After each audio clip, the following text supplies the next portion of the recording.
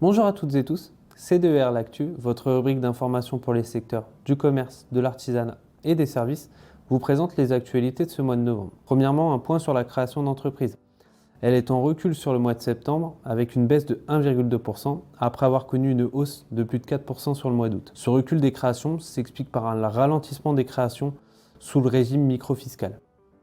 Sur le troisième trimestre, les créations ont augmenté de 3,6% par rapport au troisième trimestre 2022. 65% de ces créations ont été effectuées sous le régime microfiscal.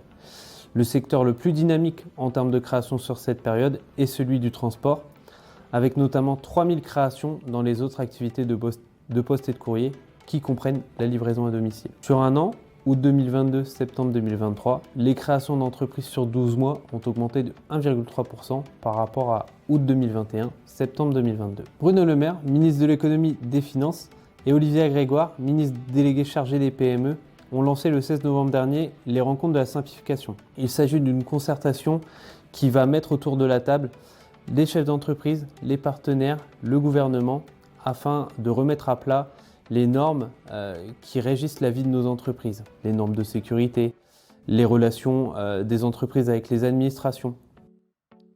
Les chefs d'entreprise vont pouvoir donner leur avis via des réunions physiques, mais également via une plateforme qui va être mise en place sur Internet. Pour le moment, ces concertations ne vont pas aller sur le sujet fiscal. Sur octobre, les prix sont repartis à la hausse de 0,1% après avoir connu une baisse de 0,5% en septembre. Cette hausse s'explique par le rebond du prix des transports, mais également des services. Néanmoins, sur un an, à fin octobre, on constate un ralentissement de l'inflation à plus 4% contre plus 4,9% en septembre.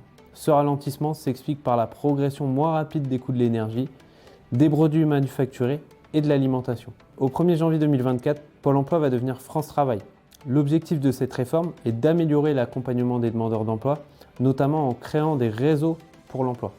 France Travail sera également un guichet unique où seront inscrits les demandeurs d'emploi, les allocataires du RSA, les jeunes sollicitant un accompagnement de la part des missions locales et les personnes en situation de handicap recherchant un emploi. Également, d'ici 2025, un contrat d'engagement va être rédigé et devra être signé par tous les demandeurs d'emploi inscrits à France Travail.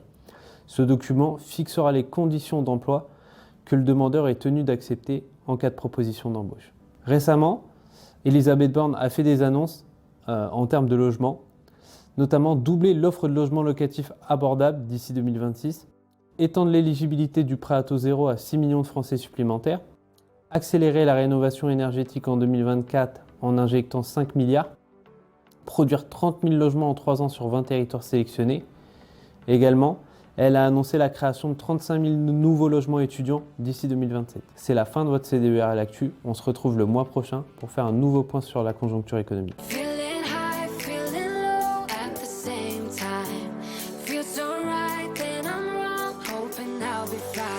But I get up, I always do.